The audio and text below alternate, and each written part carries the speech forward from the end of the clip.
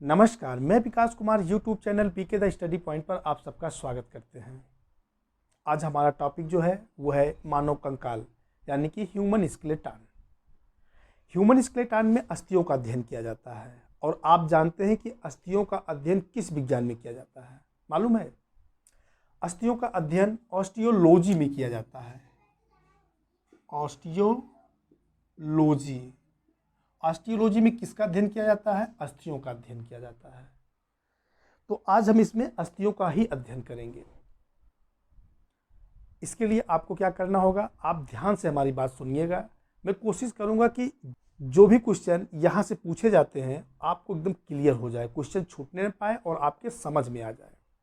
इसके लिए आपको करना होगा कि आप पूरा वीडियो देखिएगा और अंत में कमेंट करके बताइएगा कि वीडियो आपको कैसे लगा। तो हम लोग अब करने चल रहे हैं अस्थियों का अध्ययन। तो सबसे पहले जब मानव कंकाल लिखा ही गया है तो कंकाल का मतलब समझ लें क्या होता है। तो मानव सहित जितने भी कशेरुक जंतु हैं, कशेरुक जंतु का मतलब जिनके पास स्पाइन होता है यानी कि बैकबोन होता है, रीढ़ की हड्डी होती है, उन सभी जंतुओं को कशेरुकी जंतु कहा जाता है। तो मानव सहित जितने भी कशेरुक जंतु होते हैं उनके पूरे शरीर को साधने और उनकी आकृति को बनाए रखने के लिए शरीर के अंदर एक अस्थियों यानी कि हड्डियों का ढांचा होता है, उसी को कंकाल कहा जाता है। एक बार हम इसको फिर रिवाइज कर दे रहे हैं। मानव सहित जितने भी कशेरुकी जीव होते हैं उनके पूरे शरीर को साधने और आकृति प्रदान करने के लिए शरीर के अंदर या शरीर के भीतर एक अस्थियों का ढांचा होता है जिसको कि कंकाल कहा जाता है। ये कंकाल किससे बने होते हैं? एक प्रकार का संयोजी ऊतक होता है जिसको कि कंकाल ऊतक कहते हैं। क्या बोलते हैं उसको? कंकाल ऊतक। कंकाल ऊतक इंग्लिश में क्या कहा जाएगा इनको? स्केलेटल टिश्यू कहा जाता है। अब ये जो स्केलेटल टिश्यू है ये दो प्रकार का होता है। एक को क्या कहा जाएगा? एक को कार्टिलेज बोला जाता है, दूसरे को बोन कहा जाता है। क्या बोलते हैं इसको? कार्टिलेज। कार्टिलेज को हिंदी में क्या कहा जाएगा? उपास्थि। दूसरा है बोन। बोन को हिंदी में क्या कहते हैं? अस्थि। अस्थि का मतलब हड्डी। तो जो कंकाल ऊतक होता है ये दो प्रकार का होता है जिससे कि कंकाल बना होता है। एक को कार्टिलेज कहा जाता है, दूसरे को बोन कहा जाता है। ठीक है। जो कार्टिलेज है इसके बारे में सबसे पहले हम पढ़ लें। ये जो है छोटा होता है, लचीला होता है दोनों ही बोन। ये काफ़ी बड़ा होता है, ये छोटा होता है, लेकिन ये लचीला होता है। जितनी भी बड़ी बड़ी हड्डियां होती हैं उनके लास्ट में ये बोन पाए जाते हैं। जैसे दो हड्डी यहाँ पे जुड़ी है तो यहाँ पर क्या पाया जाएगा? ये कार्टिलेज पाया जाएगा, उपास्थि पाई जाती है। ये तो अस्थि है और ये उपास्थि है।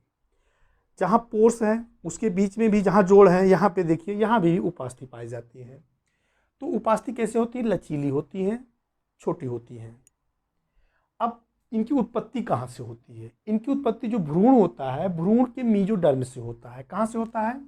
भ्रूण के मीजोडर्म से होता है। ठीक है। अब इसमें जो आधार पदार्थ होता है कार्टिलेज में, उसको क्या बोलते हैं? उसको कांड्रिन कहा जाता है। कांड्रिन बोला जाता है। अब ये कांड्रिन जिस प्रकार के प्रोटीन से बने होते हैं उनको क्या कहा जाता है? उनको कांडोम्यूकोप्रोटीन कहा जाता है। क्या बोलते हैं? कांड्रोम्यूकोप्रोटीन कहा जाता है। ठीक है। किससे बने होते हैं? कांड्रोम्यूकोप्रोटीन। इसमें जो कोशिकाएं होती हैं, मतलब जिन कोशिकाओं से कार्टिलेज बनता है उनको क्या बोला जाता है? उनको बोला जाता है कॉन्ड्रियोब्लास्ट। कॉन्ड्रियोब्लास्ट या कॉन्ड्रियोसाइट। कॉन्ड्रियोसाइट और कॉन्ड्रियोब्लास्ट में अंतर क्या है? जो कॉन्ड्रियोब्लास्ट नामक कोशिका होती है वो अपरिपक्व अवस्था में होती है और जो कॉन्ड्रियोसाइट नामक कोशिकाएं होती हैं वो परिपक्व अवस्था में होती हैं। जो कॉन्ड्रियोब्लास्ट है या कार्डियोसाइट है, ये दोनों के दोनों कार्टिलेज का निर्माण करती हैं। और इसमें जो पाया जाता है, इसमें क्या पाया जाता है, इसमें श्वेत कोलेजन पाए जाते हैं और पीले इलास्टिक पाए जाते हैं। क्या होता है, श्वेत कोलेजन, श्वेत कोलेजन और पीले इलास्टिक पाए जाते हैं। पीले रंग का है इलास्टिक, ठीक है। एक वाइट कोलेजन और येलो इलास्टिक पाई जाती है। श्वेत कोलेजन से क्या होता है, उसमें दृढ़ता आती है, थोड़ी मजबूती आती है, और जो इलास्टिक होता है ना, इसी से लचीलापन आता है। इसीलिए जो उपास्थि होता है, कार्टिलेज होता है, ये लचीला होता है और थोड़ा मजबूत दृढ़ होता है। आइए इसके बाद हम लोग बोन्स में पढ़ते हैं। बोन्स क्या चीज़ है। बोन्स नाम ही समझ गए हैं कि ये अस्थि है, हड्डी है, और सब जानते हैं कि अस्थियां जो है, जो कंकाल तंत्र है, इन्हीं अस्थियों से ही बना है। ऐसा नहीं है, दोनों मिलके बनाए हैं। तो बोन्स में आप देखेंगे जो इसका आधारभूत पदार्थ होता है उसको क्या कहा जाता है, उसको मैट्रिक्स बोलते हैं ना। और ये मैट्रिक्स किससे बने होते हैं, जो प्रोटीन में दो प्रकार के पदार्थ है, एक कार्बनिक पदार्थ होता है, दूसरा कार्बनिक अकार्बनिक पदार्थ होता है। अकार्बनिक, कार्बनिक पदार्थ में कौन सा होता है, कार्बनिक पदार्थ में एक प्रोटीन होता है, उसको कौन सा प्रोटीन नाम दिया गया है, ओसीन प्रोटीन कहा गया है। ओसीन प्रोटीन, ठीक है, प्रोटीन। ये इसकी मात्रा कितनी होती है ओसीन प्रोटीन की, ओसीन प्रोटीन की मात्रा 38% होता है। और वहीं पे जो अकार्बनिक पदार्थ होता है, इसमें दो होते हैं, एक होता है कैल्शियम फास्फेट, कैल्शियम फास्फेट, और दूसरा है मैग्नीशियम फास्फेट। बस इतना लिख दे रहे हैं, मैग्नीशियम फास्फेट। ये लगभग 62% होता है। कितना होता है, 65% पाया जाता है। 62 और 38 कितना हो गया, 100%। तो बोन में जो जिनसे निर्माण होता है मैट्रिक्स का, वो है उसमें कार्बनिक और अकार्बनिक पदार्थ होते हैं। कार्बनिक पदार्थ में ओसीन नामक प्रोटीन होता है, जिसकी मात्रा लगभग 38% होता है। और वहीं पर जो अकार्बनिक पदार्थ होते हैं, उसमें कैल्शियम और मैग्नीशियम के फास्फेट होते हैं। कैल्शियम और मैग्नीशियम के जो फास्फेट होते हैं, इससे क्या होता है, जो अस्थियां होती है कठोर होती हैं, ठोस होती हैं। समझ में आई बात है। और इसमें जो कोशिकाएं होती हैं, जिन कोशिकाओं से इन बोन्स का निर्माण होता है, उनको ऑस्टियोब्लास्ट या ऑस्टियोसाइट्स कहा जाता है। क्या कहते हैं, ऑस्टियोब्लास्ट। अब हम आपको थोड़ा सा मिटा दें।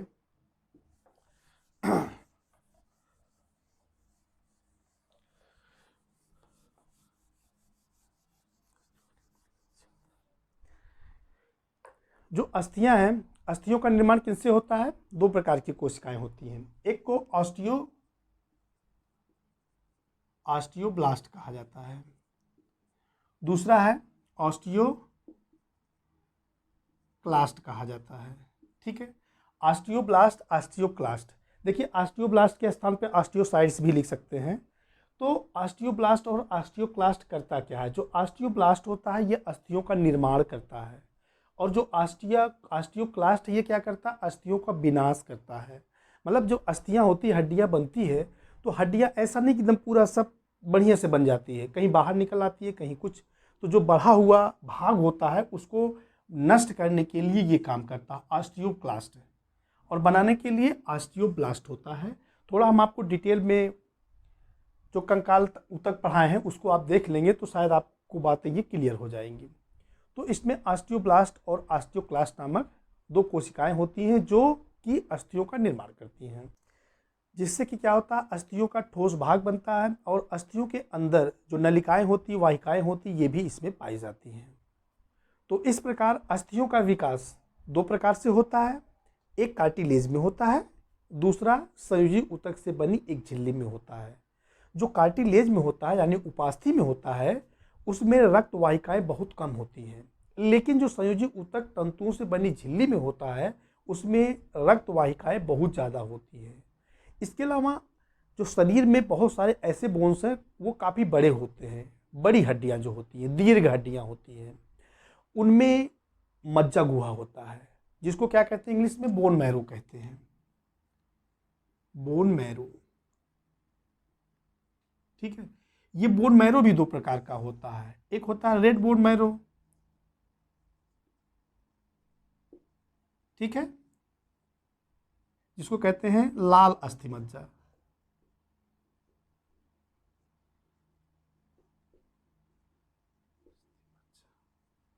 और दूसरा जो है उसको क्या कहा जाएगा, पीला या येलो बोन मैरो।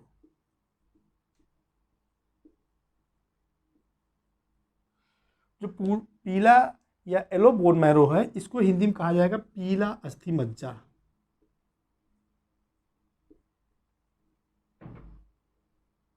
ठीक है, जो इसमें लाल अस्थि मज्जा है यानी कि रेड बोन मैरो है, इसमें आप देखेंगे रेड बोन मैरो में ही जो है WBC यानी कि वाइट ब्लड कार्पसेल्स, और उसमें RBC यानी कि रेड ब्लड कार्पसेल्स का निर्माण होता है। माने कि लाल रक्त कणिका और श्वेत रक्त कणिकाओं का निर्माण लाल अस्थि मज्जा में होता है, लेकिन ज़्यादा मात्रा में लाल अस्थि मज्जा का ही निर्माण होता है। श्वेत रक्त जो कणिकाएं होती हैं वो कम होती हैं, लाल रक्त कणिकाओं का निर्माण बहुत ज़्यादा मात्रा में होता है। लेकिन येलो में क्या होता है, येलो वाला जो होता है पीला अस्थि मज्जा होता है, इसमें वसा होती है, रक्त वाहिकाएँ होती हैं और जाली ऊतक पाए जाते हैं। और आपको हम बता दें जो बोन कैसे होता है, कठोर होता है। संयोजी ऊतक में सबसे ज़्यादा जो है कठोर क्या होता है, बोन होता है, क्योंकि बोन में आप देखेंगे कि 50% इसमें पानी पाया जाता है। ठीक है, और 50% क्या पाया जाता है इसमें, बता सकते हैं, 50% इसमें ठोस पदार्थ पाए जाते हैं। ठीक है, और 50% जल पाया जाता है। इसीलिए ये क्या होता है, जितने भी संयोजी ऊतक है उसमें सबसे ज़्यादा कठोर क्या होता है, यही होता है, बोन होते हैं। ठीक है, अब आप इसको भी ये भी देख लीजिए, जो मानव में जो मनुष्य है, वयस्क मनुष्य, उसमें कुल कितनी अस्थियां पाई जाती हैं, तो उसमें कुल 206 अस्थियां पाई जाती हैं। लेकिन जो शिशु होते हैं, बच्चा होता है, तो उसमें कितनी अस्थियां पाई जाती हैं, 300 अस्थियां पाई जाती हैं। ठीक है, 300 अस्थियां पाई जाती हैं शिशुओं में। अब जैसे जैसे शिशु बड़ा होता जाता है, उसमें बहुत सारी अस्थियां ऐसी होती हैं वो एक दूसरे से जुड़ करके संख्या कम कर देती है। अच्छा, अगर हम आपसे पूछें कि सबसे छोटी शरीर की कौन सी अस्थि ऐसी है जो सबसे छोटी है, तो कान की है। कान की बता दें, एस्टपीज है। एस्टपीज जो अस्थि होती है कान में पाई जाती है, ये सबसे छोटी अस्थि होती है। और सबसे बड़ी अस्थि कौन होती है, सबसे अस्थि बड़ी फीमर होती है। कहाँ पाया जाता है फीमर, पैरों में पाया जाता है, जांघ में। जांघ की जो हड्डी होती है सबसे बड़ी हड्डी होती है। अब हम शुरुआत करने चल रहे हैं कंकाल तंत्र। तो जो कंकाल तंत्र,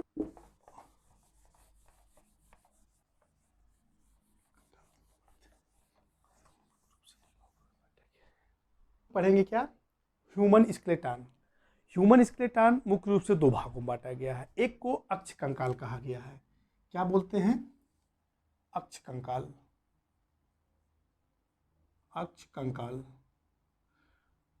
दूसरे को क्या, इसको इंग्लिश में क्या बोला जाता है, एक्सियल स्केलेटन, एक्सियल स्केलेटन। इसके अलावा जो दूसरा कंकाल है उसको अपेंडिकुलर, क्या बोलते हैं, अपेंडिकुलर, अपेंडिकुलर स्केलेटन या उपांग कंकाल कहा जाता है। जो आपका अक्ष कंकाल है इसको भी दो भागों में बांटा गया है। सॉरी, इसको कितने भागों में बांटा गया, इसको 4 भागों में बांटा गया है। एक को कहा गया है स्कल, क्या बोलते हैं इसको, स्कल। स्कल को हिंदी में क्या कहेंगे, खोपड़ी। खोपड़ी में कुल कितनी अस्थियां होती हैं, 29। कितनी होती हैं, 29। इसके बाद जो दूसरे नंबर पे आता है, इनको कहा जाता है वर्टिब्रल, वर्टिब्रल, वर्टिब्रल कॉलुमन। हिंदी में क्या कहा जाएगा इनको? मेरुदंड। मेरुदंड में कुल कितनी अस्थियां होती हैं? 26 होती हैं। लेकिन जो वयस्क हो जाते हैं उनके शरीर में, शिशुओं में 33 होती है। और ये आपका है तीसरा क्या कहते हैं? पसलियां। इंग्लिश में क्या कहा जाता है? रिब्स। ये कितने होते हैं? 24 अस्थियां होती हैं, जोड़े में 12। ठीक है, ये 24 अस्थियां होती हैं। ये है पसलियां, ये है। और ये क्या है? आपका वर्टिब्रल, यहाँ से लेकर के यहाँ तक ये सब वर्टिब्रल हैं। ठीक है, और इसका तो आप समझ ही रहे हैं, खोपड़ी। तो खोपड़ी में कितनी अस्थियां होती हैं? 29। और वर्टिब्रल कॉलम में यानी मेरुदंड में कितनी होती हैं? 26, लेकिन बच्चों में 33। पसलियां यानी रिब्स, इसमें कितनी होती हैं? 24 होती हैं। ठीक है, इसके बाद आता है आपका उरोस्थी।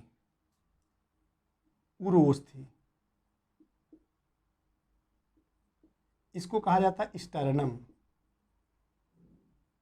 स्टर्नम केवल एक अस्थि होती है। ये किसके भाग हैं? अक्ष कंकाल यानी एक्सियल स्केलेटन। एक्सियल स्केलेटन में कुल कितनी अस्थियां होती हैं? 80 होती हैं। ठीक है, और इसके बाद आपका है एपेंडिकुलर स्केलेटन यानी कि उपांग कंकाल। उपांग कंकाल भी दो भागों में बांटा गया है। एक को कहा गया है पादों की अस्थियां।